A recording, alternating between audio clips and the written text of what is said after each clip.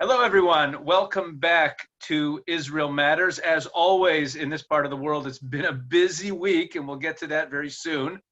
Just before we do, once again, I am Rabbi Pesach Wolicki, and with me is security and strategy and history and land of Israel and many other things, and coffee expert Elliot Chodoff. How you doing, Elliot? Hi. Good. How are you, Pesach? Doing very, very well. I remember when I came up to your home and visited you a number of months ago, and I had some of the best coffee I'd had in a long time. Thank you. That's why I'm mentioning that. Just before we get to the stuff about Israel's neighbors and what happened this week, and go a little deeper into Israel's enemies as we've been doing, just like to share something that I stumbled across. You know, Elliot, every now and then you're reading a verse that you've read 1,000 times, and for some reason you see something you've never seen before. Yes. Amazing, isn't it? Incredible. So listen to this. Okay. This is a verse that everyone watching this video knows. It's a very popular verse among Christian Zionists and among Jews, of course. This is from Genesis 12, when God first speaks to Abraham. And after he tells him to leave his land and his birthplace and his parents' home to go to the land, God says to him, I will make you a great nation, and I will bless you, and I will make your name great, and you will be a blessing, right? Or you shall be a blessing. It's translated a few different ways. So he says 4 things in the verse. Make you a great nation. We understand what that means. You be a great nation. I'll bless you, which blessing in the Bible means abundance. And I'll make your name great. So everyone's going to know about you. But that 4th clause is what I noticed. You will be a blessing. In the Hebrew, those 2 words, you will be a blessing, are veheye beracha. And what struck me is that the word veheye, which here translates as you will be or you shall be, is not the normal word that would be used here. That's right. The normal word would be vehayita. Mm-hmm. And in fact, later on, only about 5 chapters later, when God is speaking to Abraham again at the covenant of circumcision, he says something similar to him. God says to him, as for me, my covenant is hereby established with you, and you will be the father of a multitude of nations. So that you will be is vehayita. And I'm not going to go into all the cases. We'll do this very, very quickly. The word vehayita for you will be is the standard word. It appears over 30 times in the Bible. The word veheye, which also is translated as you will be or you shall be, only appears 6 times in the Bible. And every single time, except for this one, every single time it is very clearly a command and an instruction. So when God is saying something about someone's future or bestowing a blessing, like what he says to Abraham, you will become the father of a multitude of nations, he says vehayita. But veheye is when God is telling someone something to do. So for example, when God says to Abraham that he must live a blameless life, veheye tamim, he's telling him to be pure. When God says to Moses, come up to the mountain and be there with me, veheye sham, it's a commandment. Veheye is always a commandment, which means that in our verse in Genesis 12, when God says to Abraham at the end of the verse, you will be a blessing, it's not you will be a blessing. He's telling him that he has a job to do. So the verse actually reads like this. I'm going to make you a great nation. I'm going to bless you. You're going to have all the tools that you need. I'm going to make your name great. Everyone's going to know about you. And your job with all that I've done is to now take that and become a blessing. He's actually giving him an instruction or a commandment, not just bestowing a blessing on him. That's what I wanted to share. And that's undetectable in the English, but the Hebrew veheye, which is a command form, it's unequivocal. That's what it means. What do you think? I like it. I thought you were going to go somewhere else with it, so I'm going to give you something to look up for a future discussion. Go ahead. Veheye is an anagram of God's name. That's true. That's true. It is. And if you, at least in the verses that you quoted, if you read it, God is, you also get a good answer for it. Oh, that's very interesting. That's very interesting. Although there's a couple of vehayes that are not God's, they're just someone commanding someone. Okay, so maybe. But again, it is interesting that grammatically these are two different, in Hebrew, Totally right. inyan, a grammatical structure. The grammatical structure of you shall be vehaye and you shall be vehayita have a different connotation, right? So vehayita is like, I say, wow, like when your wife was pregnant, we said, wow, you're going to be a father again. Like, Right. That would be vehayita. Correct. But if I say, Elliot, I need you to be a guard over there. You will be the guard. Go do it. That's vehaye. Right. So God is actually in this verse in Genesis 12, and we don't usually read it that way. God is commanding Abraham to be a blessing, which gives a whole go do be a blessing, as if to say. Go be a blessing, exactly. So that's our command.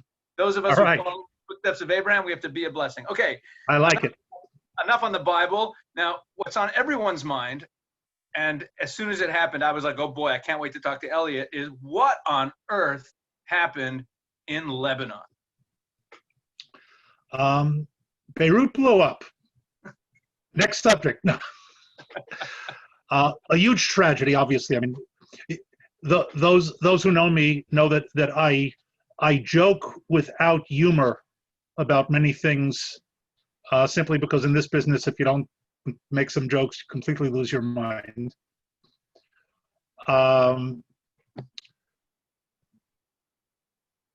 Massive explosion in Beirut port, and I've been reading all the nonsense, speculation, conspiracy theories out there since. So maybe we can sort of drill down to what it looks like. And I say what it looks like because I don't know if we'll ever know for sure, but there's a very simple, reasonable explanation. And Occam's razor says go with the simple, reasonable. Okay. It was not a nuclear explosion. Had there been a nuclear explosion, there would have been an EMP frying of electronics all around the city. That didn't happen. There's no evidence of nuclear. In all probability, what is being reported as a fact was 2,700 tons, long tons, that's about 3,000 American tons, English tons, of ammonium nitrate, which is typically used for fertilizer. But let's not forget that Timothy McVeigh used ammonium nitrate to blow up the Oklahoma City federal building. The chemical composition of ammonium nitrate is a good part of the building blocks of TNT. In other words, and it's used, as a matter of fact, we don't permit the importation of ammonium nitrate into Gaza because it is so easily converted into explosive. Okay, so the material itself, which is used as fertilizer, is a very effective fertilizer, it's a very good source of nitrogen, is very, very easily converted into explosive. Now, when it's normally transported, used under controlled conditions, it's also perfectly safe. In other words, the ammonium nitrate itself comes in pellets, and it's not flammable, it doesn't do anything weird. However, if it's contaminated, if it degrades, and here let's keep in mind this has been sitting in a warehouse in Beirut for 6 years,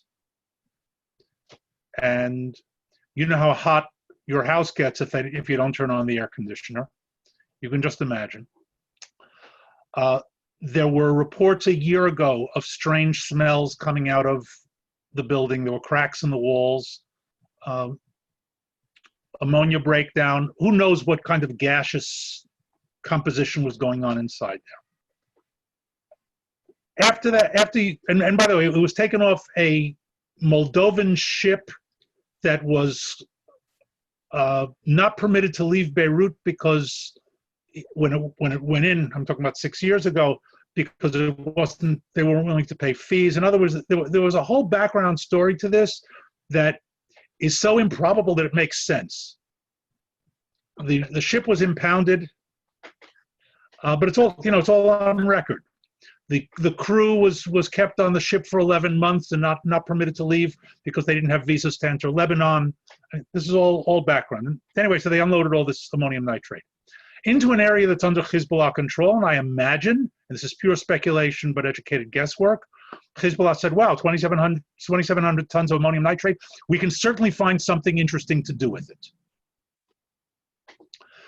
In the meantime, over the past years, they've gotten even more massive infusions of arms from Iran, and they don't need to cook up bathtub explosives.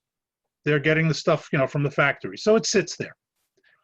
And then last week, some guy was welding something near, they say fireworks. Was it fireworks? Was it munitions that Hezbollah had stored in the port? That I'm not going to go to. It could be either and or. They went up, sympathetic detonation, and boom, this warehouse blows. For those who find all of this improbable, I suggest you look up the 1947 Texas ammonium nitrate explosion in a port in which over 500 people were killed. And that had nothing to do with terrorism or Hezbollah. It was a crewman on a ship throwing a cigarette butt into the hold of a ship filled with ammonium nitrate. Now, in the news since this explosion, there's been this uptick in civil unrest in Lebanon. Right. What's the deal there? Like, don't people just understand it's an accident? Like, why the civil unrest? Okay, it was an accident. And it was an accident as a result of pure negligence. I mean, that stuff should not have been sitting in that area for more than a month. And you know what? If it would have taken a month or 2 or 3 or whatever to ship it out to other places, not 6 years. Not 6 years in prime port area. If you saw the aerial photographs, there's a warehouse right on the dock. Not meant for long-term storage. Anybody knows anything about ports? Nothing is stored that close to the dock for long-term. It was probably some internal politics, a whole lot of negligence. Port inspectors who reported on it 1, 2, 3 years ago and were basically ignored. So people are furious because the explosion was enormous. It caused massive damage and, of course, loss of life and injury. And there was no reason for it. You know what? The one that happened in Texas was nobody's fault on the grand scale. It happened on a ship. The ship was docked at the port and it blew. Obviously, there was negligence, but it was micro negligence in the sense of it was the crewmen and whoever was responsible there and that sort of thing. Here, you're talking about stuff that's that volatile and that explosive sitting in the middle of an urban area or right next to an urban area for years. So this was an accident waiting to happen. So when they're okay, so let's move this into who's in charge, because anything that happens in Lebanon, especially when it causes civil unrest or it deepens the economic woes, and apparently there's big issues there with basic supplies and a lot of food. The grain silo that is still standing but was right next to it was storing an enormous amount of grain for Lebanon's markets, for its bakeries. And it was blown. I mean, the building is still standing, but the grain was all blown apart. So grain storage is very difficult now to bring grain in because the port is destroyed and inoperable. And apparently there's terrible economic deprivation going on in Lebanon right now.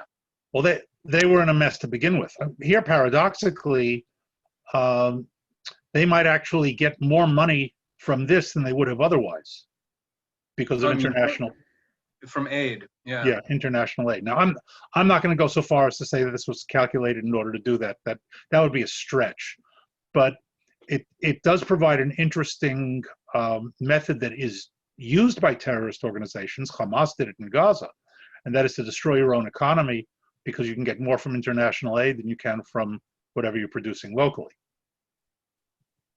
Yeah, and international aid money, the people in power get to control it more easily That's right. than money that's circulating in a healthy in economic Oh, growth.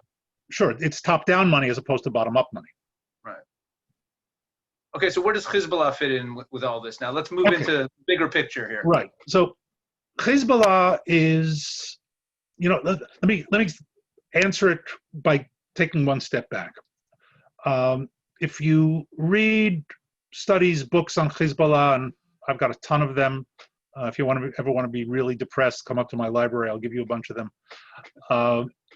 But some of them are internal and they're interesting in their own rights. A lot of them are external, academics, politicians writing from all around the world, articles and books.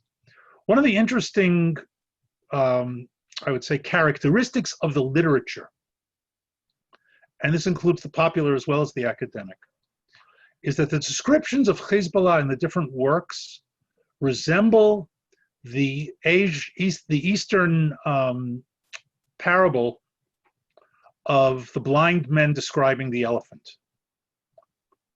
Okay, if for those who are not familiar, a number of blind men, and I don't have to go into in detail, are brought to an elephant, and they're asked to describe him by touch. So the one who's touching his leg says the elephant is like a tree, and the one who's touching his trunk says an elephant is like a snake, and the one who's touching his tusk says the elephant is whatever, some sort of a sharp curved object. Touching his belly, touching his ear. Each part of the elephant gives a completely different picture, and they describe everything but an elephant. So you'll see Hezbollah described as a terrorist organization, as a humanitarian organization, as a religious organization, Lebanese, nationalist, Shiite. A political party. Political party, whatever, okay? And the literature debates which one is it? And the answer is all of the above. When Hezbollah came into existence, it set a number of objectives for itself. And like most organizations, it follows or attempts to achieve them simultaneously, sometimes pushing more this way, sometimes pushing more that way, for all sorts of different reasons. So the reason I say all that is Hezbollah is part of the Lebanese government. It's part of the Lebanese political system. It's part of the Shiite Khomeinist social opposition. It's a terrorist army. It's an Iranian agent. It's an international jihadi organization, all at once. Mm. And there are those, the Europeans in particular, though Germany just recently, having found a warehouse of ammonium nitrate that Hezbollah had left in Germany, certainly not for the benefit of German agriculture.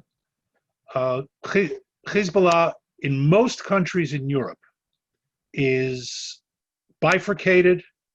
Its military arm is under sanction. Its political arm is legitimized. Now, to say that Hezbollah has a military arm is kind of like saying the mafia has a criminal arm.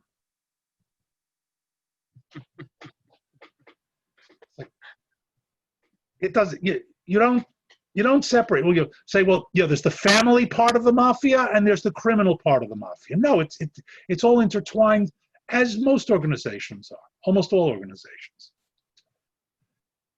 The two aspects that are primary in its overarching objectives are to turn Lebanon into an Islamic state, model Iran, and to destroy Israel.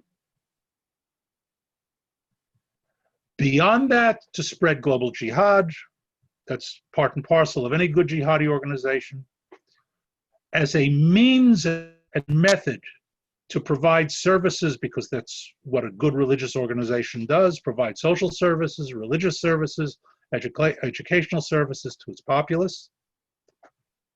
And this idea that it pushes either Lebanese politics or Israel destruction as an either or, it does one rather than the other, is a total misreading of the organization.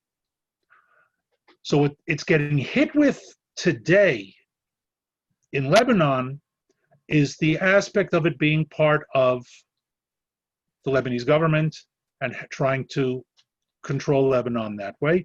they came to a conclusion years ago in the 1990s that they could not take over Lebanon by force, and they shifted to the more political arena. And with that, they've taken on all sorts of interesting tactics. Right, and the social services they provide for their people sort of set up a kind of protectionism, mafia type of arrangement where people who are part of the system and part of their community are taken care of, and that encourages more participation. Exactly. Including alliances that would not have happened under other circumstances. For example, certain Christian groups in Lebanon are aligned with Hezbollah in a marriage of convenience. And Hezbollah is smart enough to know that you don't start a takeover by killing lots of people. You do that after the takeover.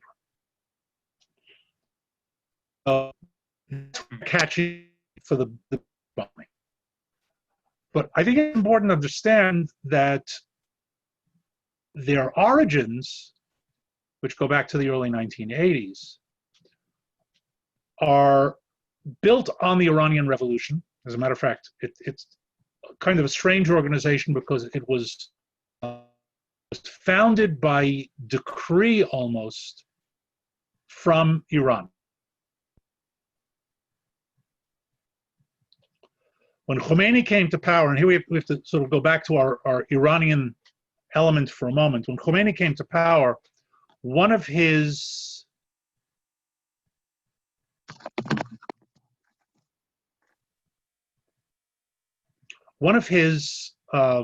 objectives was a Persian imperial one, and we talked about this a bit, to push into the Middle East. And he had a problem, and the Iranians still have this problem, and that is that they're not Arabs. So if he couldn't, they're Persians. If you can't play an Arab identity card in the Middle East, you have to play a different card. And for Khomeini, Shiism was the card to play. And specifically Khomeini's Shiism, which is his own brand that came out of his writings in the 1960s and 70s. Right. And he had his followers. Not exclusively, but he had his followers. And Lebanon, by that point, we're talking about 1981, 82, had already fallen apart in a civil war that started in the mid-1970s. In other words, there was no strong Lebanese central government, as there was, for example, in Iraq under Saddam Hussein. So the Iranian incursion, if you will, and I'm talking about socio-political, not military, that was attempted into Iraq failed miserably because Saddam just didn't permit it. There was nobody to prevent it in Lebanon. In addition to that, Lebanon has a very strong historical Shiite area. As a matter of fact, Lebanon was a center of Shiism up until the late 19th and early 20th century, when it was shut down primarily by the Ottomans, by the Turks. And they connected to it. And I'm not doing the history here justice because it's a long and involved story. It also had to do with the Shiites being somewhat disenfranchised when Lebanon was founded, because the sectarian system of Lebanon basically divided between Christians, Muslims, and Druze. The Muslims were primarily Sunni. They didn't recognize the Shiites as part of that. So the Shiites were somewhat disenfranchised. They came to see themselves as the oppressed. And here was an opportunity suddenly to connect with the winner, Khomeini, and ride on. It was in your perspective.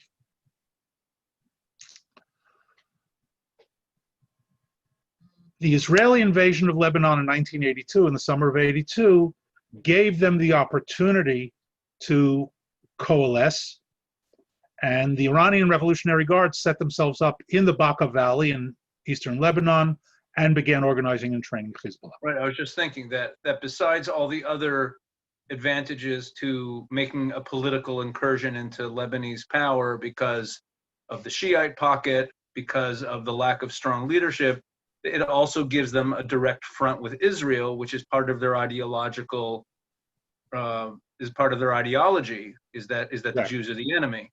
Right. Exactly. And already by the mid-'80s, Hezbollah gets itself onto the map very quickly.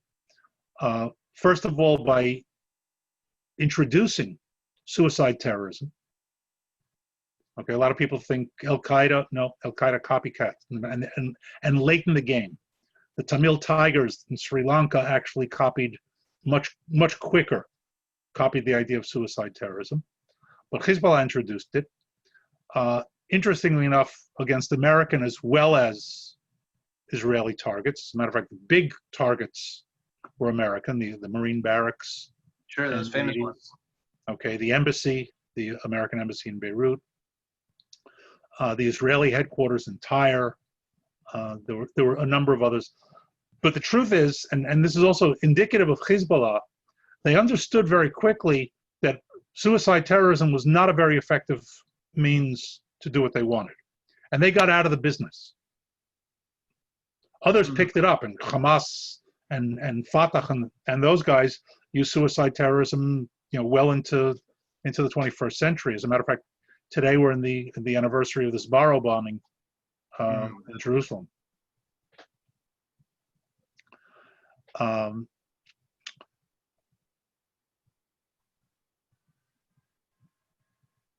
That was the first thing, suicide attacks, and they were effective on the level of getting the word out there. Hezbollah can really suck the enemy, but also in the 80s and into the early 90s, they began pretty much regular attacks against Israeli forces in South Lebanon. Now, it was an interesting kind of phenomenon because Israel went in 1982 to get rid of Arafat and Fatah and friends without a real intention of staying. There was a Christian government that got knocked out by, those who remember, Bashir Gemayel was killed by Syrian military intelligence. It led to the Sabra and Shatila massacres by Christian phalangists. This is all 1982. But the plan was to get out. And by 1985, Israel had mostly withdrawn from Lebanon. I say mostly because they're still operating in the south and in villages and that sort of thing. But most of the Israeli military was out of Lebanon. When Hezbollah began its attacks, the Israeli army went back in. And in 1988 or so, established what came to be known as the security zone in South Lebanon, or what I always call the insecurity zone. The buffer zone, right. The buffer, right? The idea was to push Hezbollah 6, 7, 8, 9, 10, 11 kilometers from the border, and in that way to protect northern Israel from Hezbollah attacks. Because Hezbollah made very clear from day one, as they do right up until today,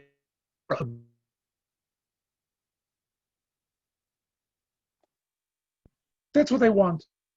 And by the way, not only Israel, they want to wipe out the Jews.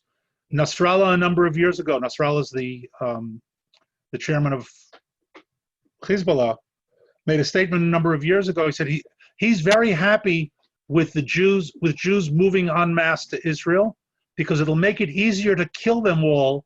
We won't have to search them out throughout the world. So if this sounds vaguely Nazi to you, it's because it is. Okay. But they were too clever for that, to use that as a public statement to the world. And they understood very well by the 1980s how well the word occupation and resistance to occupation works. So they referred to the Israeli occupation in Lebanon as their objective. And through the 90s, they attack primarily Israeli military forces in Lebanon. And I say primarily because there were exceptions to that, but primarily. And also during the 90s, with Iranian support, training, organization, they begin to shift from ineffective, extremely costly attacks, sort of just mass rushing at Israeli positions, into much better organized, tactical assaults on Israeli outposts. It almost sounds like they went from being a terrorist militia to being an actual army. Correct. That's exactly what happened. Right. Okay. There's a sort of an intermediate phase of what's called hybrid warfare, where they were both, and they shifted. Today, I don't refer to them as a terrorist organization. I use terrorist because it's an instructive label, but not a very useful one. They're an army. They're an army of annihilation meant to destroy Israel. And they become more and more effective through the 90s.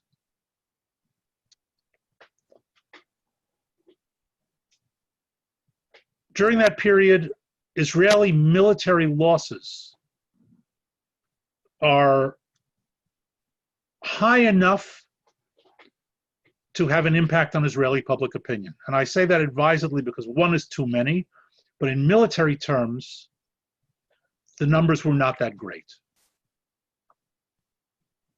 2 a month, something like that. But it had a huge impact for a number of reasons. First of all, because this country is extremely sensitive to casualties. And every time a soldier gets killed, as you know, the news... National mourning, yeah. Right? National mourning, photograph. The other reason was that the regular and reserve armies were being used in Lebanon. And you generally knew at least 6 to 9 months in advance when you were going to spend your 2-3 weeks if you were a reservist, maybe a month, or your 3 months if you were a regular soldier in Lebanon.